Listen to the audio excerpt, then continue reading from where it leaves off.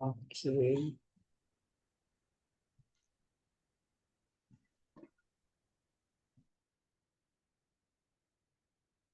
Ah, estão vendo aí a página? Ok. Então, vou começar. Hoje, o dia, pediram para falar sobre laços de luz. Bom dia, né? Porque é o Dia dos Pais, os laços de pais e filhos também são laços de luz, né? Entre os encarnados. Que tem laços de luz entre, que a gente pensa normalmente, é entre desencarnados e encarnados. Mas a gente pensa, quantos laços de luz a gente tem entre encarnados também? E mesmo no mundo espiritual, quantos laços de luz vão ter entre desencarnados também, né? Então, esses laços, a gente pensar assim que nós somos espíritos, então nossa natureza é espiritual. A gente tem momentos em que a gente está encarnado, mas é tudo uma coisa só, tudo se conecta. Então há essa continuidade. Então esses laços, vamos falar todos esses laços que nos fortalecem, que nos fazem assim despertar um caminho de busca de luz, de busca do melhor em nós. Isso que seriam laços de luz. Essa conexão, então, que é como o título que me deram, com uma conexão com anjo da guarda e espíritos simpáticos. Vivemos em tempos desafiadores, que é um tempo marcado por incertezas e transformações profundas. Acho que todos os tempos são marcados por incertezas e transformações, mas a gente sempre pensa que aquele momento que a gente está vivendo, porque é onde a gente está presente, então é onde as coisas estão atuando, impactando a gente com mais força, são momentos, né, mais complicados. Mas, na verdade, sempre, se você olhar toda a história da humanidade, sempre tiveram momentos bem complicados, bem difíceis, e que a gente foi assim evoluindo ao longo disso em passos pequenos. E a gente, quando olha o intervalo maior, a gente consegue ver um avanço, mas é um avanço que não se faz uniforme em todas as questões. Não há a parte moral, não avança exatamente junto com a parte intelectual, com a parte, né, dos conhecimentos, das ciências. A gente vai caminhando um pouco, crescendo, mas é gradativo e algum. Me lembra a imagem de quando eu fui fazer uma caminhada numas dunas, que aí para você tinha que subir as dunas, e você subir as dunas, você sobe e é que dá uma escorregada, sobe, dá uma escorregada. Então, você chegar até o cume da duna para começar aí a descer, descer é uma maravilha, você desce, desce não é só, mas a subida não é uma subida uniforme, a gente vai, cara, e acho que é assim também nosso crescimento. Então, a gente passa sempre por tempos desafiadores, marcados por incerteza e transformação. E aí que são importantes esses laços, porque nós somos seres sociais. E a importância do outro no fortalecimento da gente, porque sozinhos somos fracos. Aquela ideia da vara, que um feixe é muito mais forte. O feixe você não consegue quebrar com facilidade. E agora, uma vareta sozinha você quebra. Então, a importância da gente se unir, esses laços de luz que vão nos fortalecer. E a doutrina espírita, codificada por Kardec, nos oferece esclarecimentos valiosos sobre os vínculos espirituais que mantemos com entidades benevolentes, que aqui são denominadas como laços de luz, de uma forma mais abrangente. Esses laços representam a ligação que estabelecemos com nossos anjos da guarda e espírito simpático, cuja presença silenciosa, mas atuante, inspira, ampara, fortalece o ser humano na caminhada evolutiva. Vamos ver aqui um pouco no Livro dos Espíritos algumas questões que são relacionadas ao tema. Tá? Na parte segunda, que fala do mundo espírita ou mundo dos espíritos, temos no capítulo 9 anjos da guarda, espíritos protetores, familiares ou simpáticos. Então, são várias perguntas relacionadas a esses itens. Começa ali, eu pulei algumas, tá? E vou fazer um rápido apanhado, depois eu faço um resumo e a gente conversa mais. Há espíritos que se ligam particularmente ao indivíduo para protegê-lo?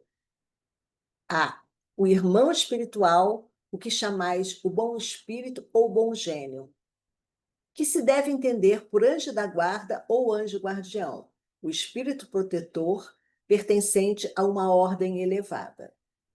Qual a missão do espírito protetor? A de um pai com relação aos filhos, a de guiar o seu protegido pela senda do bem, auxiliá-lo com seus conselhos, consolá-lo com suas aflições, levantar-lhe o ânimo nas provas da vida.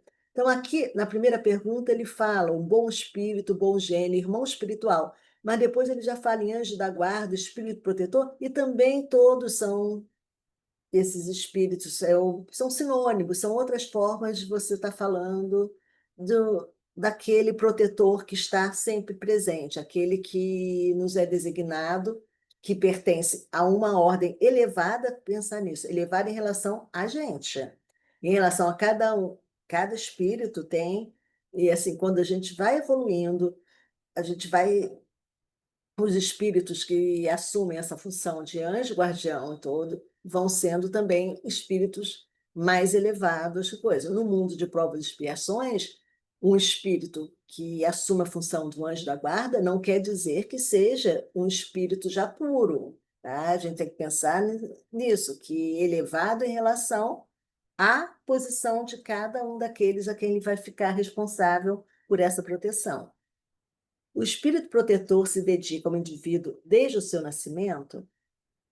nascimento até a morte, e muitas vezes acompanha na vida espírita, depois da morte, e mesmo através de muitas existências corpóreas, que mais não são do que fases curtíssimas da vida do espírito.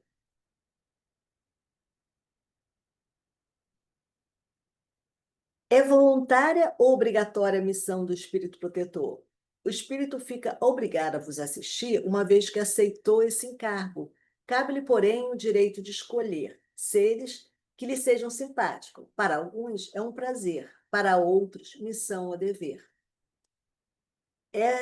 Isso é engraçado essa pergunta, se é obrigatório, voluntário ou obrigatório, que ele coloca que você pode escolher, pode aceitar ou não, mas uma vez assistido, você assumiu, aceitou esse encargo, você tem que responder por isso. É uma questão também que é muito presente quando a gente fala em trabalho voluntário. As pessoas pensam que é voluntário, que não tem comprometimento, mas no momento que você aceitou, tem esse comprometimento da sua parte, você se dispôs a estar presente naquele momento. Então, é assim também é o espírito protetor. No que ele aceitou que vai ser seu anjo da guarda, ele vai estar ali presente te acompanhando. Dedicando-se a uma pessoa, renuncia o espírito a proteger outros indivíduos? Não, mas protege menos exclusivamente. É comum na literatura a gente ver o espírito que está ali protegendo alguma coisa, ele vê outras coisas acontecendo e às vezes eles aproveitam aquela oportunidade que ele está ali para dar uma inspiração para outros, tudo, mesmo que não seja ligado ao aquele espírito que ele está ali protegendo. O espírito protetor fica fatalmente preso à criatura confiada à sua guarda? Frequentemente sucede que alguns espíritos deixam suas posições de protetores para desempenhar diversas missões, mas nesse caso, outros os substituem.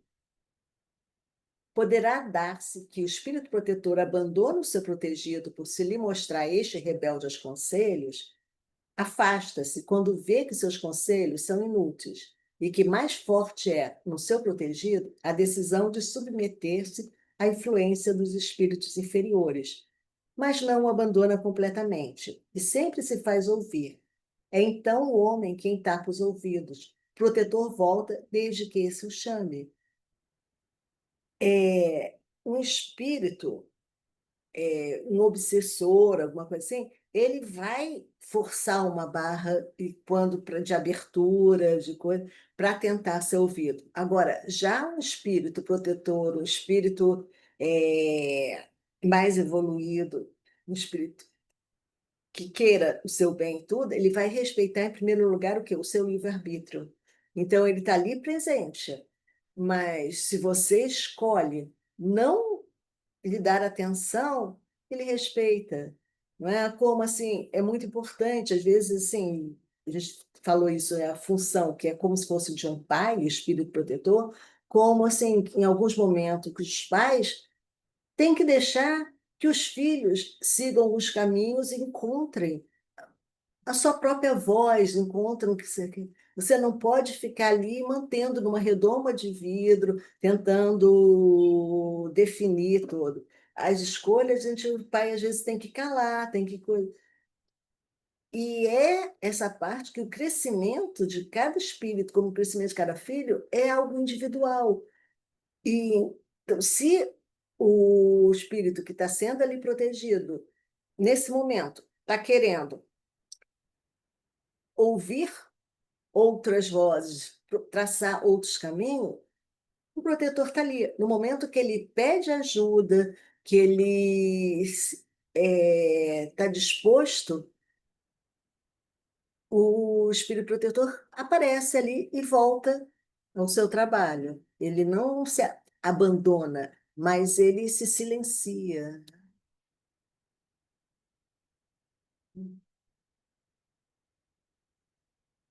Será por não poder lutar contra espíritos malévolos que o espírito protetor deixa o seu protegido se transvie na vida? É o que a gente acabou de falar, né? Não é porque não possa, mas porque não quer. E não quer porque das provas sai o seu protegido mais instruído e perfeito. Assiste-o sempre com seus conselhos, dando-o por meio dos bons pensamentos que lhe inspira, porém que quase nunca são atendidos. A fraqueza, o descuido, o orgulho do homem são exclusivamente o que empresta força aos maus espíritos, cujo poder todo advém do fato de lhes não opor resistência. O espírito protetor está constantemente com seu protegido, não haverá alguma circunstância em que, sem abandoná-lo, ele o perca de vista? Há circunstância que não é necessário esteja o espírito protetor junto do seu protegido. Momentos haverá em que o espírito deixe de precisar de então por diante do seu protetor? Sim, quando ele atinge o ponto de poder guiar-se a si mesmo, como sucede ao estudante para o qual o momento chega em que não mais precisa de mestre. Isso, porém, não se dá na Terra, mostrando que chega algum momento, quer dizer, que espíritos puros não precisam de estar assim, sendo assistidos diariamente, mas mesmo eles creem que assim eles juntos discutam coisas que tenham essa força do grupo que é sempre, né, continue a trabalhar, mas não tem assim, essa necessidade de estar alguém ali o tempo todo acompanhando para tomar um cuidado, né, para cada escolha, para que se busque sempre o crescimento, sempre o melhor caminho. Por que oculta a ação dos espíritos sobre a nossa existência? E por que, quando nos protege, não os fazem de modo ostensivo? Se vos fosse dado contar sempre com a ação deles, não obrarias por vós mesmo e o vosso espírito não progrediria. Para que este possa adiantar-se, precisa de experiência, adquirindo-a frequentemente à sua custa. É necessário que exercite suas forças, sem o que seria como a criança, a quem não consente que ande sozinha.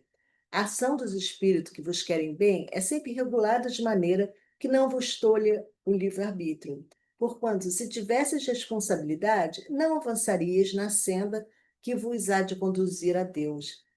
Não vendo quem o ampara, o homem se confia às próprias forças. Sobre ele, entretanto, vela o seu guia e de tempos em tempos lhe brada, advertindo-o do perigo. Aí, essa imagem de que associa a criança é importante, porque como que, para que ela cresça, a gente, e, assim, em função dos pais, ensinarem, mas deixar que ela tenta. Então, assim, é, essa coisa dos pais prepararem os filhos para voarem.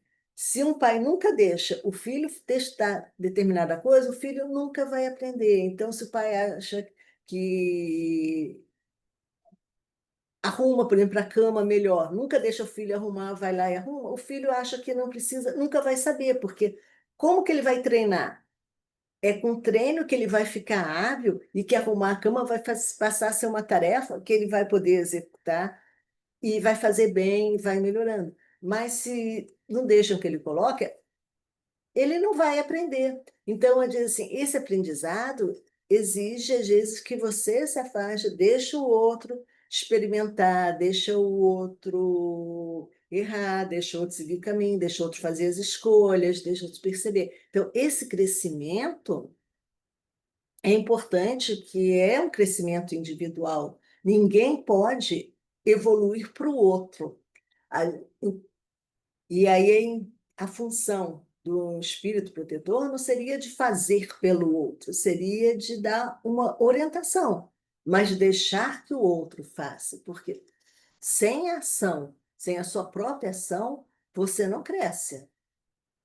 O espírito protetor que consegue trazer ao bom caminho o seu protegido, lucra algum bem para si, constitui isso um mérito que é levar em conta, seja para o seu progresso, seja para a sua felicidade. Sente-se ditoso quando vê bem-sucedidos seus esforços, o que representa para ele um triunfo, como o triunfo é para um preceptor os bons êxitos do seu educando.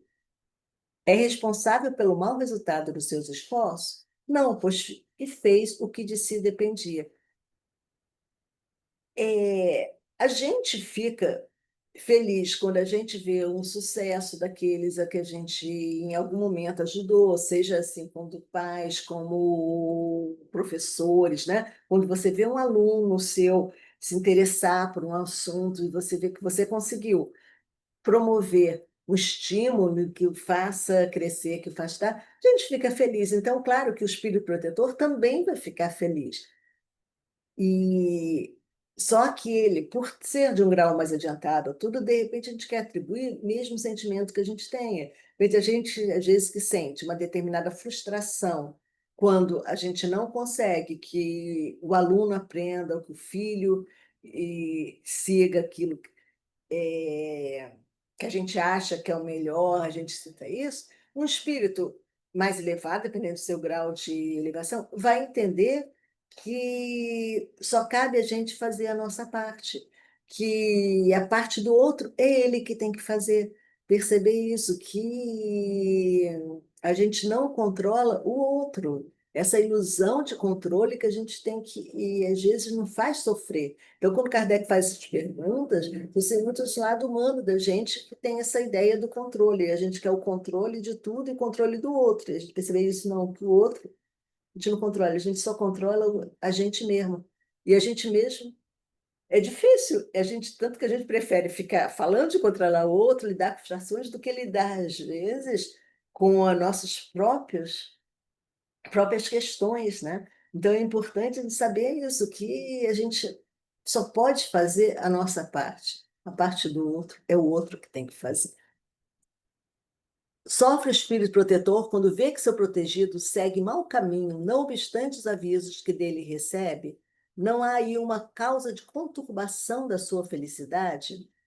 Compunge os erros do seu protegido, a quem lastima. Tal aflição, porém, não tem analogia com as angústias da paternidade terrena, porque ele sabe que há remédio para o mal e que o que não se faz hoje, amanhã se fará. Então, além disso, dessa questão dele saber que a parte do outro vai ter que ser desenvolvida pelo outro, ele também sabe que tem muito tempo, que o que não fizer nessa encarnação vai fazer em outras que têm muito tempo, só que o tempo que a gente vai demorar na caminhada é que pode ser maior ou menor, conforme os caminhos que a gente escolha fazer e a velocidade em que a gente consiga andar, mas que todo mundo vai chegar. Agora, esse grau de amadurecimento, de crescimento, de espiritualização, é individual. Poderemos sempre saber o nome do Espírito nosso protetor ou anjo da guarda? Como quereis saber nomes para vós inexistentes? Supondo que espíritos só há os que conheceis, a gente já pensa logo em nome e tudo. Quer dizer, alguns sabem, a gente vê, aqui, por exemplo, o Divaldo falando da. Sabe que Joana de Anjos, que está lá no tudo, mas nós, simples mortais, né? Sendo assim, não com uma mediunidade que não é. Porque mediunidade todos temos, a gente ouve as intuições, a gente tem dificuldade de saber se é nossa, não é tudo, tem um pouco, mas assim, de ter essa fala direta de você, saber nome, saber tudo, não, a maioria de nós, assim, não sabe. Mas tudo bem, não tem problema, né?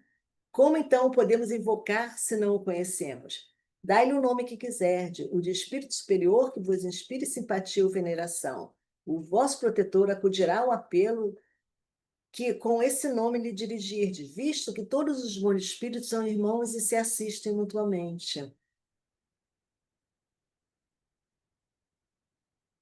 Então, quando você faz uma oração, quer dizer, não importa exatamente se você dirigiu para aquela pessoa que poderia atender aquela oração.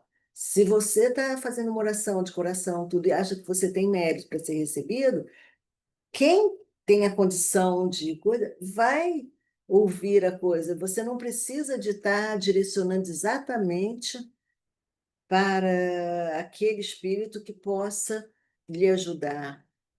Na vida espírita, reconhecemos o espírito nosso protetor?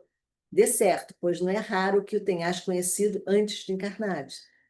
Como a gente viu várias perguntas atrás, falou que às vezes o espírito protetor acompanha você várias encarnações. Então, se ele acompanha por várias encarnações, tem uma duração maior na sua período de existência enquanto espírito, quer dizer, você a cada desencarne, você vai ter um contato mais direto. Nesse momento, você vai saber nome, você vai se identificar, você vai estar ali com o contato mais próximo, mais direto. Pertencem todos os espíritos protetores à classe dos espíritos elevados? Podem contar-se entre os dedos os de classe média? Um pai, por exemplo, pode tornar-se espírito protetor de seu filho? Pode, mas a proteção pressupõe certo grau de elevação, um poder ou uma virtude a mais, concedidos por Deus. O pai que protege seu filho também pode ser assistido por um espírito mais elevado. É comum a gente ver na literatura espírita, às vezes, uma mãe vindo interferir, pedindo a intercessão, mas normalmente ela pede a espíritos protetores estejam ali, essa intercessão, e em alguns momentos esses espíritos promovem até o encontro da mãe com o filho para que seja mais fácil amolecer o coração, para que preparar os espíritos para seguir com um espírito de luz, com um espírito mais elevado. Então, às vezes, assim, uma mãe e um pai ajudam em determinado momento, mas não é a tarefa no mundo espiritual de uma mãe e um pai se tornar espírito anjo da guarda do filho, tá? Eles têm também, os pais, quando desencarnam, seu próprio caminho para seguir, mas pode sim, em determinado momento, vir dar essa assistência ao espírito que na encarnação foi o filho. Os espíritos que se achavam em boas condições ao deixarem a Terra sempre podem proteger os que lhes são caros e lhes sobrevivem? Mais ou menos restrito é o poder de que desfrutam. A situação em que se encontram nem sempre lhes permite inteira liberdade de ação. Então, isso está ligado ao que a gente acabou de falar. E não só assim, que nem que a situação não lhe permite, porque cada um tem traçado o seu caminho, o seu progresso, é, então, em determinados momentos pode vir, mas não é para ficar ali preso aos espíritos que estejam encarnados e que foram seus familiares toda. A ideia é que possam haver visitas, mas que cada um siga e que se encontre em algum momento no mundo espiritual. E mesmo assim, momento, não quer dizer que para continuar juntos. A gente gosta de falar, às vezes, um pouco do nosso lar, porque eu acho que o romance que todo mundo leu, né? Porque você vê, o André Luiz encontra a mãe, mas não vai ser a mãe que vai estar ali ao lado dele naquele momento do desencarne. Em alguns momentos ele se comunica, a mãe vem, fala, volta, porque a mãe está num outro plano e tem outras tarefas que a gente não chega nem a saber exatamente, mas sabe que ela está numa condição mais elevada, mas em determinados momentos ela vem encontrar. Então é isso, tem encontros, mas não quer dizer que assumam a tarefa de substituírem os anjos da guarda os pessoais. Quando em estado de selvageria ou de inferioridade moral, têm os homens igualmente seus espíritos protetores? E assim sendo, esses espíritos são de ordem tão elevada quanto a dos espíritos protetores de homens mais adiantados? Todo homem tem um espírito que por ele vela, mas as missões são relativas ao fim que visam. Não dás a uma criança que está aprendendo a ler um professor de filosofia. O progresso do espírito familiar guarda relação com o do espírito protegido. Tendo um espírito que vela por vós, podei-vos tornar-vos, a vosso turno, o protetor de outro que vos seja inferior. E os progressos que este realize, com o auxílio que lhe dispensardes, contribuirão para o vosso adiantamento. Deus não exige do espírito mais do que comportem a sua natureza e o grau de elevação a que ele chegou. Então, assim, cada um, né, vai evoluindo ao seu tempo e aí vai tendo para auxiliar espíritos que estão em condições de prestar aquele auxílio. A cada indivíduo achar-se-á ligado, além do espírito protetor, um mau espírito com o fim de impedi-lo ao erro e de lhe proporcionar ocasiões de lutar entre o bem e o mal? Olha que pergunta interessante, né? Porque a gente sempre vê aquela imagem do bom, do anjinho, né? E do diabinho. A gente pensa assim, não, designou um anjo da guarda, designou também para te tentar um diabinho, coisa. E olha a resposta. Ligado não é o termo. É certo que os maus espíritos procuram desviar do bom caminho o homem, quando se lhes depara ocasião. Sempre, porém, que um deles se liga ao indivíduo, falo-á por si mesmo, porque conta ser atendido. Há, então, luta entre bem e o mal, vencendo aquele por quem o homem se deixa influenciar. Então, não vem designado para a gente, mas pela nossa sintonia, né, pelas nossas escolhas, o que a gente está, podem se aproximar espíritos que fiquem ali nos incentivando, né? Mas porque a gente está querendo nesse caminho, ele, opa, ali tem uma pessoa que está na minha vibe, deixa eu ir lá, deixa eu me aproveitar para a gente fazer uma bagunça junto, né? Que ele está em sintonia comigo. E dizer, então, essa sim é a escolha. Você faz, você desintoniza. Mas, e aí pergunta assim: se tem um espírito bom tentando te, seu anjo da guarda, tentando te falar, e aí vem esse outro que pegou aquela onda do seu pensamento que estava assim, ai, não, eu odeio esse cara, eu vou dar um murro nele assim que sair dessa coisa, assim, e outro, sair desse bar, porque aqui ele está com os amigos, eu vou esperar na esquina. Aí o outro sintonizou ali, vem, opa, é isso mesmo, vai, espera, ele merece tudo. E tá te dando. E o anjo da guarda fala, vai, se beber um pouco demais, vai para casa. Aí o outro, não, que isso, é oportunidade. E aí vai, e aí falou, e quem vence? É o quê? Livre-arbítrio. Quem você escolheu dar atenção.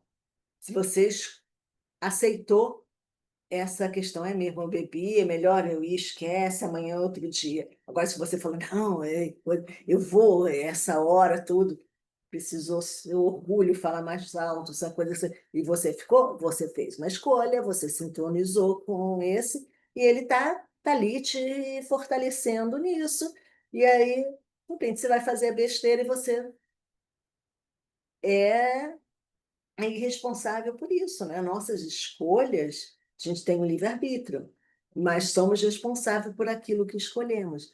E se depois eu gostei disso, eu fiz e me senti fortalecido no esforço, minha masculinidade, né? Porque isso eu estou falando, a fala é meio machista, né? Mas que normalmente, assim, essa forma de querer reagir com violência é uma forma mais frequente. Eu não estou dizendo que mulheres também não tenham, mas normalmente é mais comum pela nossa questão de estruturais, tudo no homem, ele se sente às vezes fortalecido nisso, ele pode querer repetir esse tipo de coisa. Então, aquele mau espírito que se aproximou no momento que nem conhecia, pode ser que queira continuar ali por ele mais um tempo. Ah, vou passar essa semana com ele. Poxa, ele está me ouvindo, que é uma beleza, tudo.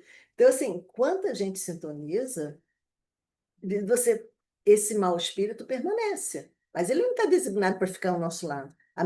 Menor ou maior tempo em que ele permanece ao nosso lado depende da nossa escolha, das nossas o que a gente está querendo. Se a gente está alimentando ele, ele vai continuando por ali. E às vezes é a importância que fala assim, quando você vai numa casa espírita e você, naquele momento, você teve uma proteção de estar deixando do lado de fora, ou seja, aquele momento de você dar um passe, você teve acalmado o seu coração, as coisas para refletir. Se você aproveitar esse momento para pensar no que você tem feito, que está fazendo todo esse momento que você está afastado de mais influências, você vai seguir dali melhor. Mas se você for sem reflexão, ficar ali só de uma forma mecânica, ele vai estar te esperando na porta ali, vai voltar, tá? Vai juntar. E vocês vão voltar a pensar junto. Então é importante isso. Os momentos que você esteja fazendo alguma coisa, tentando uma conexão espiritual, que você esteja verdadeiramente, que você não esteja de fachada, você esteja de coração. Os espíritos familiares são os mesmos a quem chamamos espíritos simpáticos ou os espíritos protetores?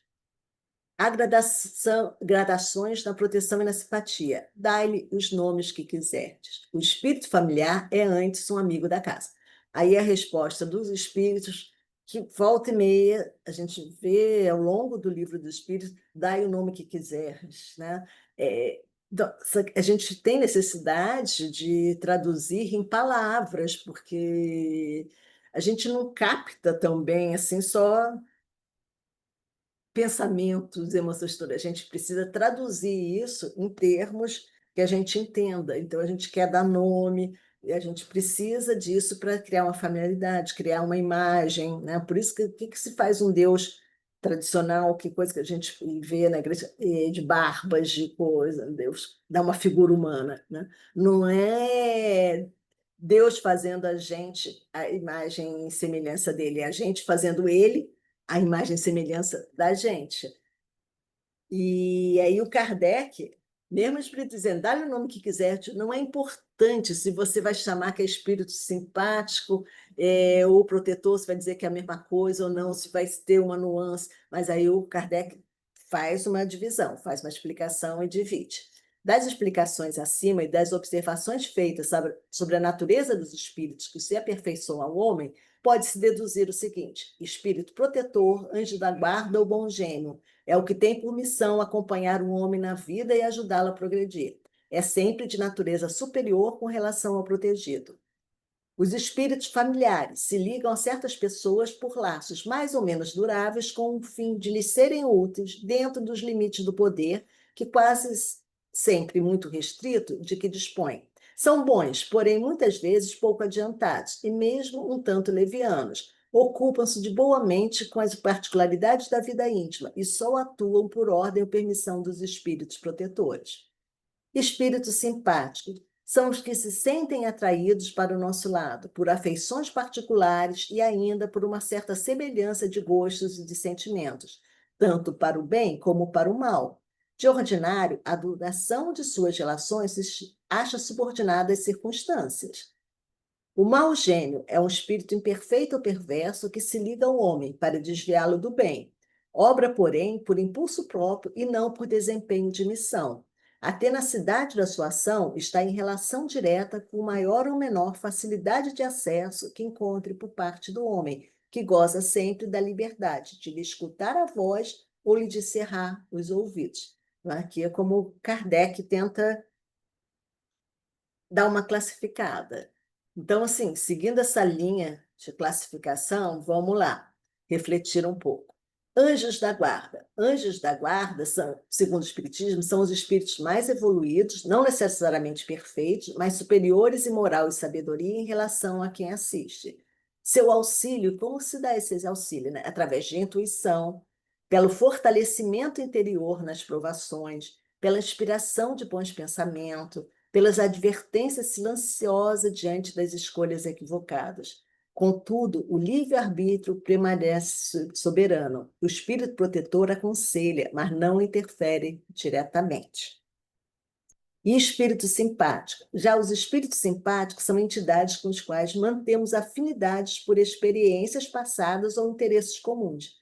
Diferente dos anjos da guarda, sua influência pode ser tanto positiva quanto negativa, dependendo da nossa elevação moral e da sua sintonia conosco.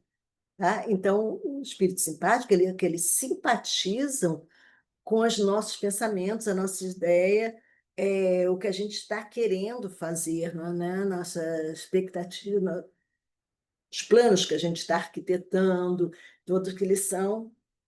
Aí essa parte. Se a gente está arquitetando bons planos, vão ser espíritos simpáticos que vão querer nos ajudar nessa tarefa. Então, exercendo uma ação positiva, te inspirando, te dando dicas, assim, às vezes, né, do que fazer. Agora, se você está arquitetando planos de vingança, de tudo, você vai sintonizar com espíritos que vão querer exercer uma influência negativa, mas de acordo com o quê? Com a sintonia, com o que você está desejando.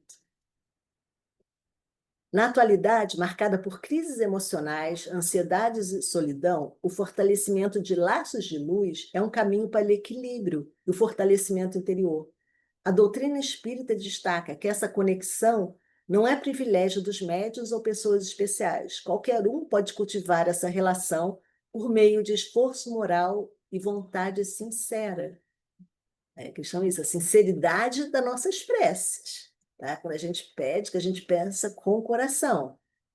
A doutrina espírita oferece ferramentas simples e eficazes para cultivar essa conexão. Prece diária. Deve ser sincera e espontânea. Evangelho do lar, criando um campo vibracional harmonioso no ambiente doméstico. Estudo e reforma íntima, melhorando gradativamente pensamentos, atitudes e sentimentos. Tá? Que não basta o estudo, você tem que colocar o estudo em prática. E aí vem a reforma íntima. Essas práticas não atraem favor dos espíritos, mas criam condições para que possamos ouvir e perceber melhor suas orientações. A gente tem que abrir nossos campos, buscar o que é que sintoniza, conforme o que a gente está, como a gente está cuidando do nosso pensamento. Então, com prece, evangelho no lar, estudo, reforma íntima, a gente vai estar vibrando numa energia melhor. E pediram que eu desse um foco na parte que esse mês de crianças e jovens. Então, vamos lá. Proteção espiritual na vida de crianças e jovens. O que diz a doutrina? Segundo o livro dos Espíritos, desde o nascimento, cada espírito reencarnado já conta com o anjo da guarda, o espírito protetor, designado para acompanhá-lo durante toda a existência. Para crianças e jovens, essa proteção se manifesta de maneira ainda mais cuidadosa. Por quê? Eles estão em fase de formação espiritual e psicológica. Ainda não têm pleno domínio sobre suas escolhas e emoções. Estão mais suscetíveis a influências externas, sociais, espirituais, familiares. Então, esse é um momento em que eles estão mais propícios a formar uma base, né, que possa lhe fortalecer esses laços de luz e guiar ao longo da vida. Então, é muito importante não se descuidar desses primeiros momentos de vida. Às vezes, acha assim que ainda não tem a compreensão total, mas é onde vão, assim, são as bases que vão fundamentar escolhas posteriores. Esses espíritos protetores auxiliam na preservação do equilíbrio emocional, na proteção contra perigos físicos e espirituais, na inspiração para escolhas saudáveis, no despertar da consciência moral desde si. Como essa proteção atua? Na infância, inspiração aos pais e responsáveis para que eduque a criança no caminho do bem. Então, levar para evangelização infantil, proteção contra influências espirituais negativas. Intuições espontâneas para evitar acidentes ou perigo, muitas vezes percebido pelos próprios pais como pressentimentos. E auxílio no desenvolvimento de virtudes como bondade, generosidade e compaixão. E às vezes, por exemplo, se tem, às vezes uma criança que percebe melhor essas coisas, assim, ela recebe, às vezes, a mensagem de é acordada para ir ajudar um irmão que, num momento, podia estar se acidentando, fazendo alguma coisa. Então, ela, às vezes, usa esses caminhos, às vezes, assim, a influência para o pai, a inspiração, às vezes, se não consegue a inspiração direta na criança, pode inspirar aqueles que estão no cuidado da criança, que possam ter alguma ação. Na adolescência e juventude, o fortalecimento interior para enfrentar pressões sociais, vícios e tendências negativas. Intuições que alertam sobre escolhas perigosas, inspirações para buscar bons amigos, estudos e atividades que elevem o espírito. Apoios no momento de crise existencial e emocional. Esses laços de luz vão ser importantes em todas as etapas na vida e você aprender desde cedo a trabalhar isso e recolhimento, né, em momentos de prece, de o evangelho no lar, uma meditação, uma coisa de escutar seu interior, vai ajudar para que você possa, ao longo da vida, você ter esse mecanismo de contar com essa proteção. A importância dos adultos na proteção das crianças. Embora a proteção espiritual seja constante, pais e educadores têm papel fundamental, pois a atuação dos espíritos protetores também acontece por meio de pessoas encarnadas responsáveis pela criança. O evangelho no lar, com a criança, desde pequena, ajuda a criar um ambiente propício para essa sintonia. A educação moral e emocional prepara a criança e os jovens para ouvir as inspirações desses amigos espirituais. E a gente vê vários exemplos na literatura, por exemplo, em Nosso Lar, eu acho interessante colocar isso, Clarencio e André Luiz, que o Clarencio atua como espírito protetor. Então, a gente pensa só em espírito protetor, em desencarnado para no mundo espiritual, né, para alguém encarnado, mas não, pode ser também no mundo espiritual, aqui é um bom exemplo disso. E que o Clarence dá inspiração, orientação, e que ele conduz o André Luiz sem jamais impor. Então, essa questão de respeitar livre-arbítrio. E os mensageiros, para quem não leu, assim, tem vários exemplos de anjos da guarda tentando ajudar encarnados em missões importantes, e muitas vezes os encarnados recusando as inspirações por orgulho ou apego, e aí é importante reflexão. Estamos ouvindo as inspirações do nosso anjo da guarda? Às vezes a gente se julga abandonado, mas será que não fomos nós que viramos as costas? Conclusão: nunca estamos sozinhos. Os laços de luz nos conectam, amigos espirituais invisíveis. Cabe a nós afinarmos a sintonia para perceber e acolher essa ajuda. Nosso anjo da guarda sempre fala, mas precisamos fazer silêncio no coração para ouvir. Muita paz, é o que eu tinha a dizer.